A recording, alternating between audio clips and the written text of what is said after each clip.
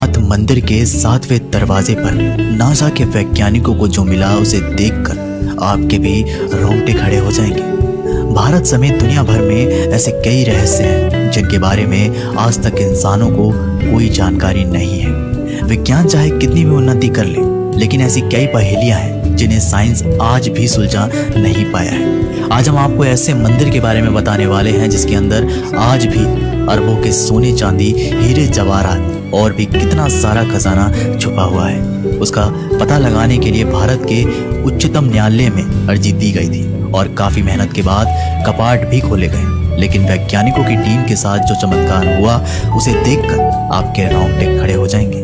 कहते हैं स्वयं नागलोक के नाग इस मंदिर के खजाने की रक्षा करते हैं। हम बात कर रहे हैं दक्षिण भारत के तिरुवनंतपुरम में स्थित पद्मनाभ मंदिर के बारे में। ये मंदिर अपने अंदर कई रहस्य छुपाए बैठा है।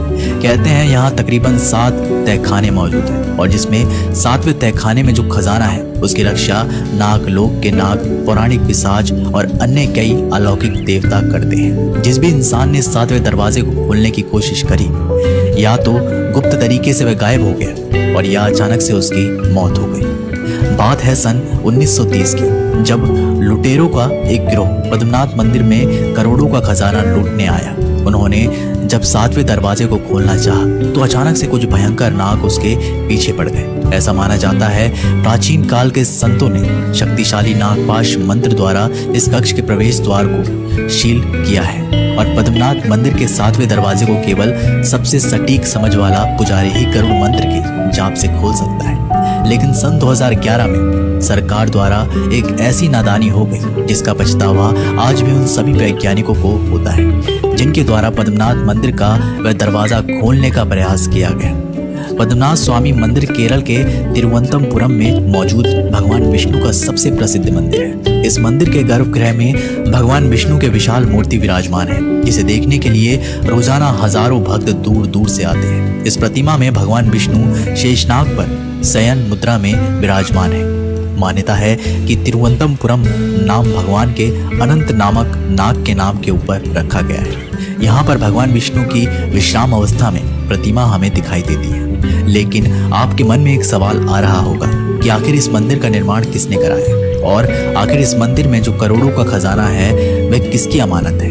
मंदिर का निर्माण राजा मार्तंड ने करवाया था। भगवान विष्णु को समर्पित पद्मनाभ मंदिर को बाद में त्रावणकोण के राजाओं ने बनवाया, जिसका जिक्र 9वीं शताब्दी के ग्रंथों में भी मिलता है। और इसके बाद इस शाही परिवार ने खुद को भगवान पद्मनाभ को ही समर्पित कर दिया। अपना जितना भी खजाना था उन्होंने इस मंदिर के 7वें तहखाने में छुपा दिया। इस मंदिर के गर्भ के नीचे हमें 7 तहखाने मिलते हैं, जिसमें 6 तहखानों के दरवाजे पर तो ताला लगा हुआ है, लेकिन 7वें तहखाने के दरवाजे पर कोई ताला नहीं है। बस नाग के 2 निशान हमें वहां दिखाई देते हैं और कहते हैं किसी ने भी इस दरवाजे को खोलना चाहा तो उसी समय नागों द्वारा उसकी मृत्यु हो जाएगी। जब इस शाही परिवार ने अपना सारा खजाना पद्मनाभ मंदिर को दे दिया, कई लुटेरों की नजर इस मंदिर पर पड़ी, लेकिन आज तक जिसने भी इस दरवाजे को खोलने का प्रयास किया या तो वह रहस्यमय रूप से गायब हो गई या कुछ ही दिनों बाद उसकी मृत्यु हो गई। सन 2011 में सरकार द्वारा भी एक ऐसा ही कदम उठाया गया। एक सेवानिवृत्त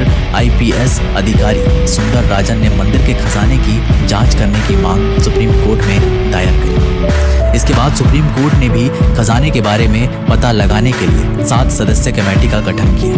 तिरुवनंतपुरम के लोगों का यही कहना था कि सरकार द्वारा भूलकर भी अगर उस दरवाजे को खोल दिया गया तो सभी लोगों के लिए मुसीबत का पहाड़ टूटेगा। लेकिन सुप्रीम कोर्ट ने उन दरवाजे को खोलने के आदेश पारित कर दिए, जिसके बाद एक कमेटी का गठन हुआ जिसमें कई सारे वैज्ञानिक भी थे और कई सारे IPS अधिकारी भी थे। जब वे पद्मनाभ मंदिर के गर्भगृह के नीचे गए तो वहां एक एक करके उन्होंने 7 दरवाजे दिखाई दिए। जब उन्होंने पहला दरवाजा खोला, अंदर का नज़ारा देखकर उन सभी वैज्ञानिकों के रोंगटे खड़े हो गए, क्योंकि अंदर कई सारे कीमती रत्न और कई हीरे जवाहरात मौजूद थे। जिसके बाद एक एक करके वैज्ञानिकों द्वारा 6 दरवाजे खोल दिए गए जिनके ऊपर ताला लगा हुआ था और अंदर से कई करोड़ों की संपत्ति उन्हें प्राप्त हुई। इन 6 तहखानों के अंदर कीमती रत्न पत्थरों के साथ साथ 1 लाख करोड़ रुपए की कीमती धातुएं वैज्ञानिकों को प्राप्त हुई। लेकिन अब इंतजार था उस 7वें दरवाजे का, क्योंकि सभी को यही आशा थी कि जब 6 तहखानों में इतना खजाना मिल सकता है तो 7वें तहखाने में ऐसा क्या होगा। लेकिन चौंकाने वाली बात ये थी कि उस तहखाने के दरवाजे पर कोई ताला नहीं लगा हुआ था। इस बात से सभी लोग डरे हुए थे, क्योंकि लोगों का यही कहना था कि आज तक जिसने भी इस तहखाने को खोलना चाहा वह जिंदा नहीं बच पाया। वैज्ञानिकों के मन में जानने की इच्छा थी, ऐसा क्या है सातवें दरवाजे में? या तो अपार सोना या कोई खतरनाक हथियार। लेकिन जब वैज्ञानिकों द्वारा इस सातवें दरवाजे को खोलने का प्रयास किया गया तो ताला ना होने के बावजूद भी 10 जने मिलकर भी इसे नहीं खोल पाए। जब वैज्ञानिकों ने उस दरवाजे पर कान लगाकर सुना तो अंदर से पानी बहने की आवाज आ रही थी। कुछ लोगों का ऐसा भी कहना है कि इस दरवाजे का दूसरा रास्ता अरब सागर की खाड़ी में खुलता है। जब लाख कोशिश करने के बावजूद भी वैज्ञानिक इस दरवाजे को नहीं खोल पाए तो वैज्ञानिकों ने भी शास्त्र का सहारा लेना पड़ा।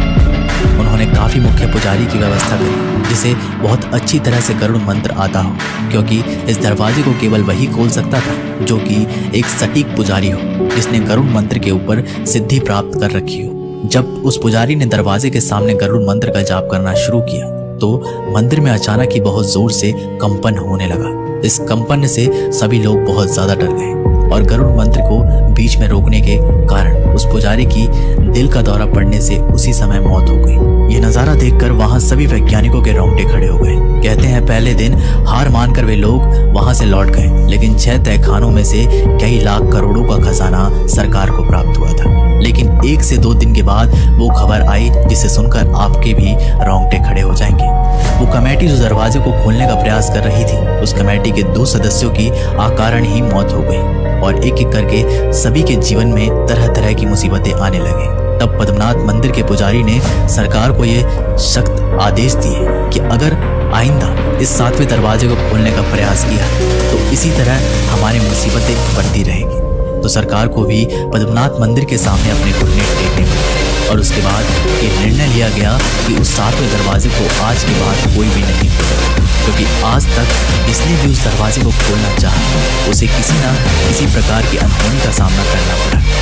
IPS अधिकारी सुंदर राजन, जिन्होंने पद्मनाथ मंदिर का खजाना खुलवाने के लिए सुप्रीम कोर्ट में याचिका दायर करी थी, कहते हैं इस कमेटी के गठन के बाद उनका स्वास्थ्य बहुत ज्यादा खराब होने लगा और अचानक ही उनकी भी मृत्यु हो गई। इस घटना के बाद मंदिर प्रशासन ने एक बहुत भयंकर चेतावनी करी, यदि किसी ने भी उस अंतिम कक्ष को खोलने की कोशिश करी तो अंजाम सच में बहुत बुरा होगा। तिरुवनंतपुरम नाम एक नाग के ऊपर पड़ा है और वही नाग आज भी इस खजाने की रक्षा करता है।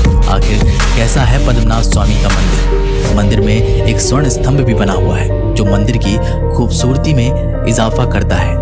मंदिर की गलियारों में अनेकों स्तंभ बनाए गए हैं जिनके ऊपर सुंदर नक्काशी की गई है जो इस मंदिर की भव्यता में 4 चांद लगाते हैं। अगर आपको इस मंदिर में प्रवेश करना है तो पुरुषों को धोती और महिलाओं को साड़ी पहनना अनिवार्य होता है। भगवान विष्णु को समर्पित इस मंदिर में भगवान की इतनी बड़ी मूर्ति है कि उनके दर्शन मंदिर में बने 3 दरवाजों से ही किया जा सकता है। पहले द्वार से आपको भगवान का सर दिखाई देता है, केंद्र के द्वार से भक्त भगवान की नाभि से खिलते कमल को देख सकते हैं और तीसरे द्वार से उनके चरण को देखा जा सकता है। अब दोस्तों, आपका मन में प्रश्न आ रहा होगा क्या पद्मनाथ मंदिर का ये दरवाजा कोई नहीं खोल सकता? तो इसका जवाब जानकर आपके भी रोंगटे खड़े हो जाएंगे। पद्मनाथ मंदिर के 7वें द्वार को खोलने एवं उसके खजाने को खोलने की बात होती है तो अचानक से भय का माहौल बन जाता है और अनहोनी की कहानी सबके सामने आने लगती है, क्योंकि मंदिर के 7वें द्वार पर कोई ताला नहीं है और ना ही कोई कुंडी है। यहाँ जो सांपों के प्रतिबिंब है और वही नाग देवता आज भी इस मंदिर की रक्षा करते हैं। लेकिन दोस्तों, ऐसा कहते हैं 16वीं शताब्दी के एक सिद्ध पुरुष, योगी या फिर कोई तपस्वी द्वारा इस दिव्य दरवाजे को खोला जा सकता है।